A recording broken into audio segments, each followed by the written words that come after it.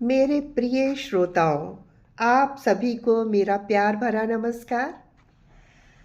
आज मैं आपसे अपनी ज़िंदगी की एक ऐसी कहानी साझा करने जा रही हूँ जिसने मेरी सोच, मेरा आत्मविश्वास और मेरी पहचान सब कुछ बदल दिया। मैं कभी सोच भी नहीं सकती थी कि लोग मुझे यूट्यूबर कहकर बुलाएंगे, और यह सब संभव हुआ मेरे बेटे की वजह से।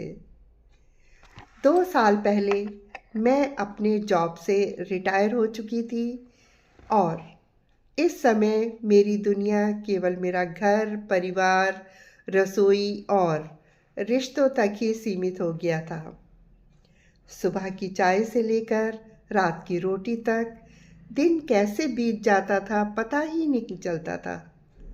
कभी कभी मन में आता था कि काश मैं भी कुछ अलग कर पाती, लेकिन फिर खुद ही सोचने लगती, अब इस उम्र में क्या नया करूँगी।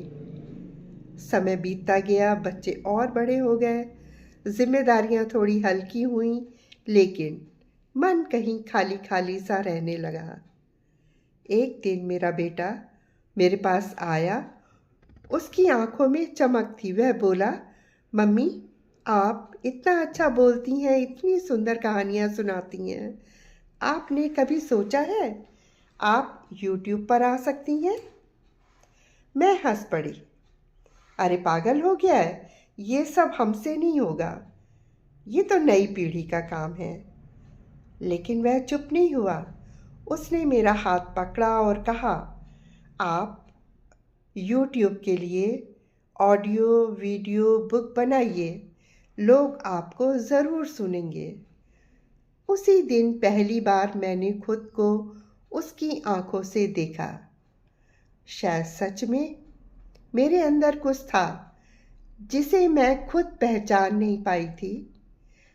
टेक्नोलॉजी में उसने मुझे बिल्कुल उसी तरह एबीसी से सिखाना शुरू किया, जैसे मैं उसको बचपन में एबीसी लिखना सिखाती थी, पढ़ना सिखाती थी।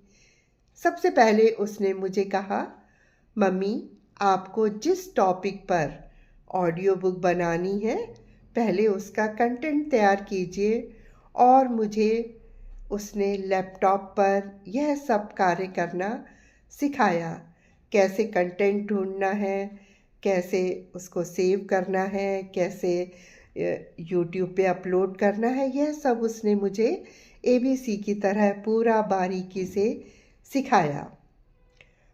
उसके बाद उसने मेरे मोबाइल को ऑन करके रिकॉर्डिंग करना सिखाया और कहा, मम्मी आप ईयरफोन लगाइए फिर रिकॉर्डिंग करिए। उसको यूट्यूब पर अपलोड करना भी सिखाया, मेरी जो भी रिकॉर्डिंग होती थी। मैं टेक्नोलॉजी से बहुत बचती थी। मुझको लगता था कि यह सब काम मेरे से नहीं हो पाएगा, और जो भी टेक्निकल काम होता था मैं उसी को ही सौंप देती थी कि नहीं नहीं तुम कर दो, तुम कर दो। लेकिन कैसे उसने खेल खेल में मुझे यह सब कार्य करना सिखा दिया, टेक्निकली मुझको स्मार्ट बना दिया, मुझे पता ही नहीं चला कैसे उसने यह सब काम बिल्कुल खेल खेल में कर दिया। फिर वह दिन भी आ गया जब मैंने अपनी पहली रिकॉर्डिंग करी। आवाज़ धीमी थी, आत्मविश्वास कम था, लेकिन उसमें सच्चाई थी, दिल की भावना थी। वीडियो अपलोड हो गया। अगले दिन बेटा भागता हुआ आया, बोला, मम्मी 98 व्यूज़ तो अभी हो गए हैं। धीरे धीरे व्यूज़ और बढ़ते गए, कमेंट्स आने लगे। मैं हर कमेंट्स को पढ़ती और मेरी आंखें भर आती। कभी सोचा भी नहीं था कि मेरी साधारण सी आवाज़ किसी के दिल तक पहुंचेगी। धीरे धीरे कैमरा मेरा डर नहीं रहा, वह मेरा दोस्त बन गया। अब जब मैं रिकॉर्डिंग करती हूँ तो लगता है जैसे मैं हज़ारों लोगों से नहीं, अपने ही बच्चों से बात कर रही हूँ। सबसे बड़ा बदलाव मेरे अंदर आया, बदलाव आत्मविश्वास का, लेखन का, क्रिएटिविटी का। आज मैं क्रिएटर हूँ, मेरी अपनी पहचान है, लोग मेरा इंतज़ार करते हैं। एक दिन LIC के ऑफिस गई तो एक लड़की बोली कि आप वही हैं ना, यूट्यूब वाली आंटी। उस दिन मेरा दिल भर आया। मैंने घर आकर बेटे को गले लगाया और कहा, अगर तुम नहीं होते तो मैं खुद को कभी नहीं पहचान पाती।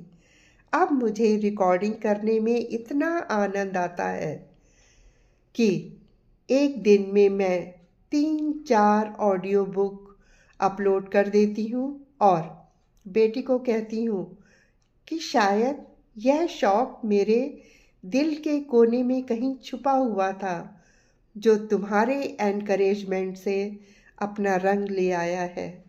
आज जब पीछे मुड़कर देखती हूँ तो समझ आता है, बच्चे सिर्फ हमसे सीखते ही नहीं हैं, कभी कभी हमें भी वो बहुत कुछ सिखा जाते हैं।